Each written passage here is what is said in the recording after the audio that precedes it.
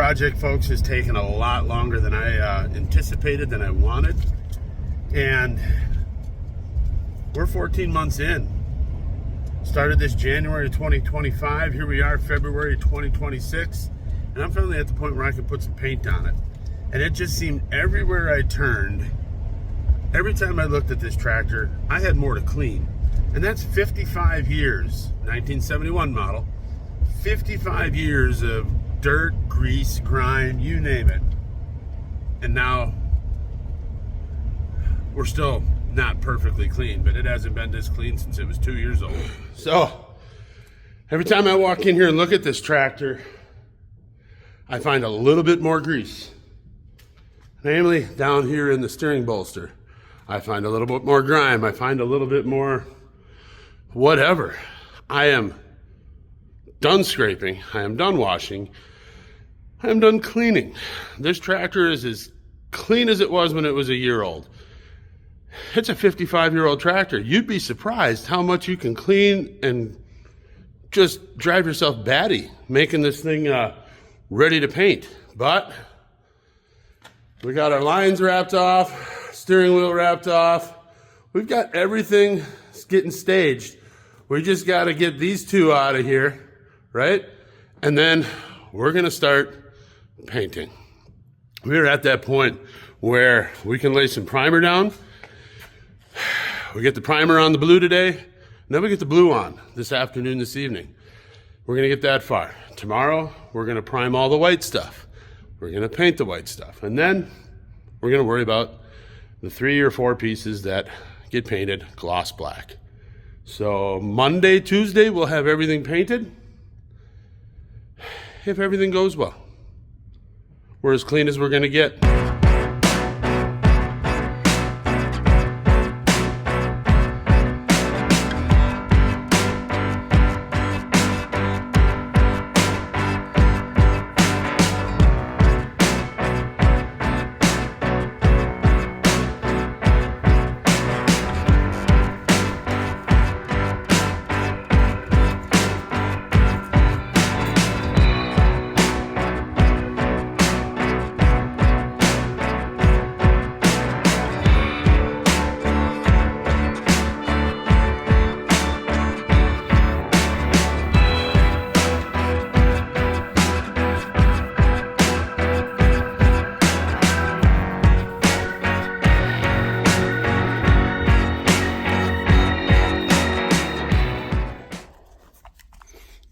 So, I have a brother-in-law who does auto body paint for a living. And he walked me through how to do this properly. He said, Dave, wherever there's bare metal, you're going to want to etch prime it. So we dusted some etch primer on wherever there was bare metal.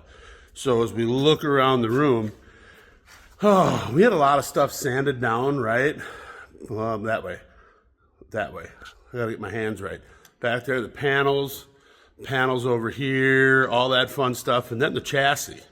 Notice we haven't touched the fenders yet because we're coming back in with a sealing primer next, which gets to be a little tricky. I've never done it this way before, but he said, Dave, if this is how you're doing everything, go with the sealing primer. We're going 4-to-1, 4-part sealing primer, 1-part activator. He says, you spray that on, and once it's on, you turn around and you come right back and paint the blue on it. Don't let it sit overnight. I gotta take his word for it. This is what they do with auto body stuff. So yeah, now we're gonna take this tan primer, cover it up with a gray primer, and then we're gonna cover it up with that beautiful baby blue that those Ford tractors have on them. I'm just so happy we're done cleaning. Done. Richie, if this doesn't work, you're coming up here to fix it for me, just so you know. If I screw something up, I'll take ownership of it, but I'm gonna have to pay you to come fix it.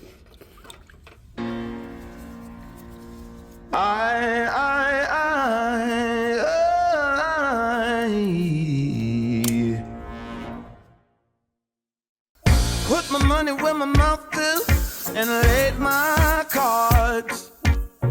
I'ma go out fighting, leave my scars. I don't know about but I know I got heart. Put my feet right on the margin, and I just might hit the bottom.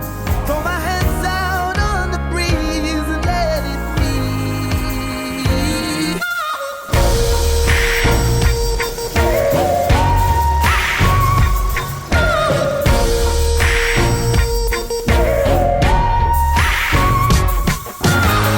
Baby, this is Russian roulette, and it ain't my gun. Hallelujah, I ain't dead yet, and I'm still going strong.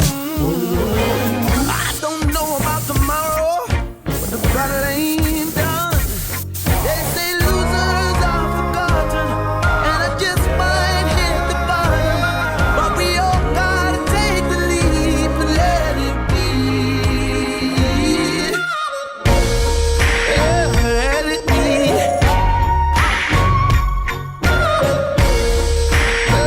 Let it be.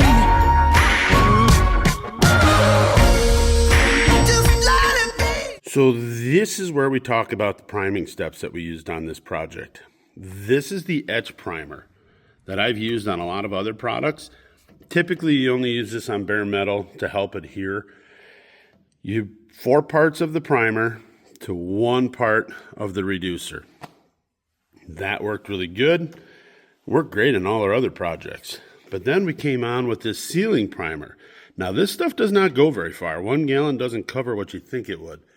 This is actually pretty thin to begin with. Select Seal 1K acrylic sealer. This is your activator. 4 parts of this to 1 part of this. So 1 part of this activator to 4 parts of this. And then I wrote it on here somewhere as well. I always write it on the lids so I know what I'm dealing with. This got dusted on the bare metal parts, and on the wheels, that everything that had been sandblasted got a good coat of this, followed up by a good coat of this with maybe an hour later. And the thing with this, you do not want to let it sit very long. You don't want to let it go 12 to 14 hours before you paint. After this goes on, once it's flash dried, give it a little bit more time for the nooks and crannies. You want to be coming back with your paint. And the reason I say that, it turns out, sneak peek folks, turns out really freaking good. It adheres really well.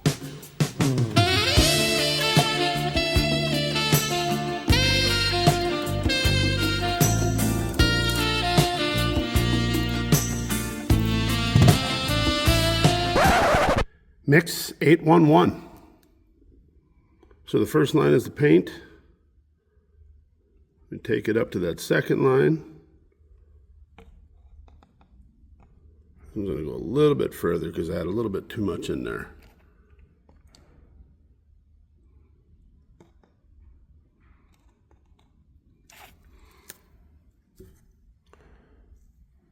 Now we got to stir that in.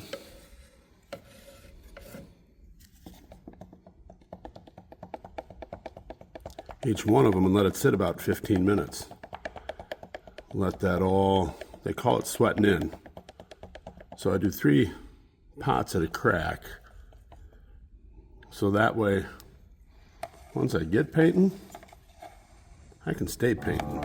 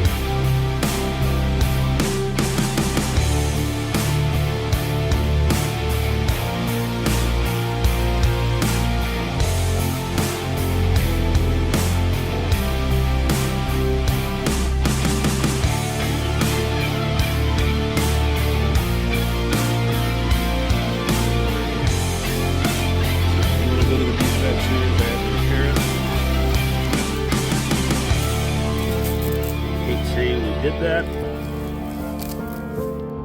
But me not having everything secured on the table was the dumbest thing I've done on this project.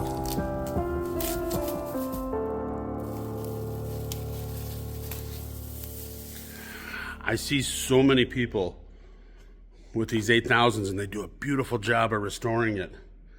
And they stop $4,000 short of having the handles right. Remember, go back to the first video where dumbass Dave and the caption underneath it said, "Idiot can't stop spending good money on stupid projects." That's this one. So now,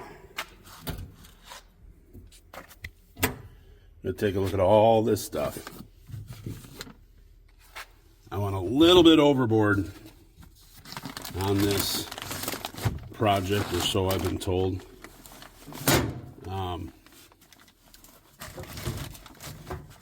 I figured if we're going to paint the tractor, we need to make sure there's no rust on any of the chrome pieces. So every chrome piece pulled off the tractor, sent to Custom Plating Specialists, I believe is what it is, up in Brillion, Wisconsin. And they stripped everything down and replated it all for us. So every handle on this tractor, every knob, every little screw on the grill, all of that is fresh chrome plated.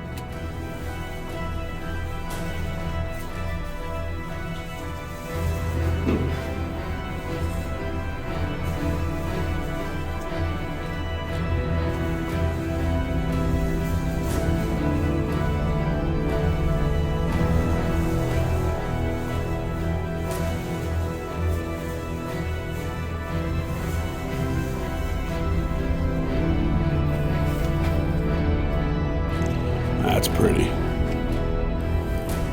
That is pretty. Clear coat would definitely put this thing over the edge. Can't throw these away. Redonate them and maybe some homeless people will need them. But that, folks, this thing turned out really pretty.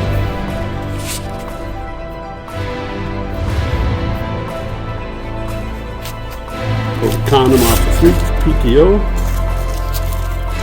Oh, yeah.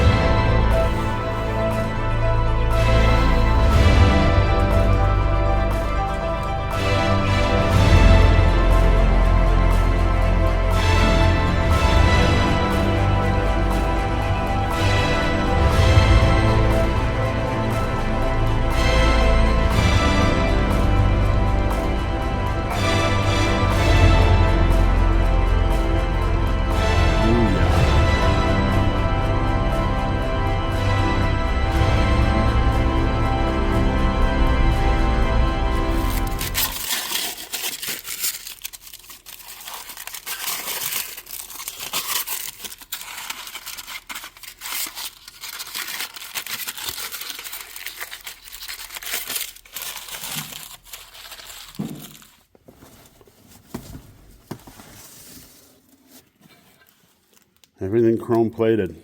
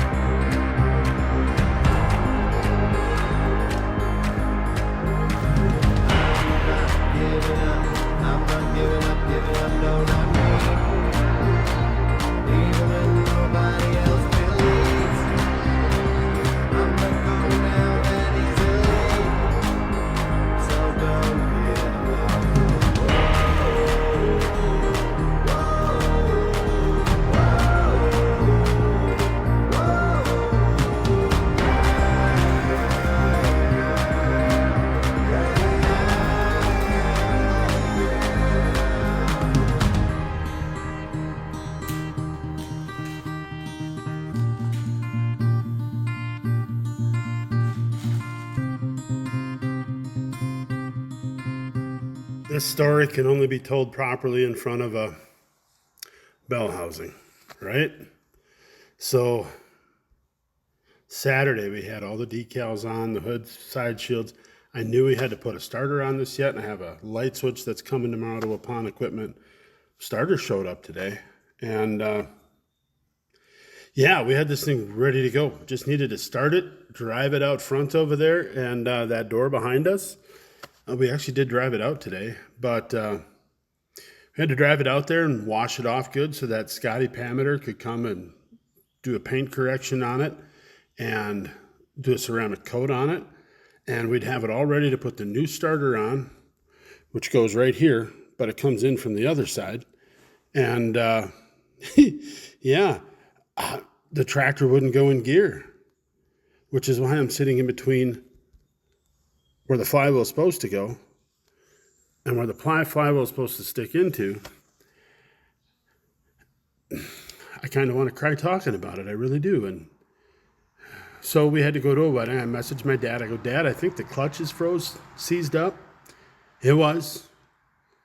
And I said, but I don't think we have to split it to do it. I think we can start it up, drive it out, start it up in gear, right? And remember, the starter didn't work, so I had to cross the solenoids. Really safe. I mean, we are OSHA certified here. And drive the son of a bitch outside. So he drove it out today after I crossed the solenoids for him in low gear. And we tried breaking this thing free. Couldn't break it free. Couldn't get it into higher low dual power either. We think we got that problem fixed. The linkage was seized up. So now that said, we decided we're going to split it at about 1:30, 2 o'clock today. Being very cognizant of the paint job, I'm not going to have to touch up much, probably only 2 to 3 hours worth. And but at least it's in the middle where some of the shields are going to cover, so I can get kind of lazy and sloppy on that.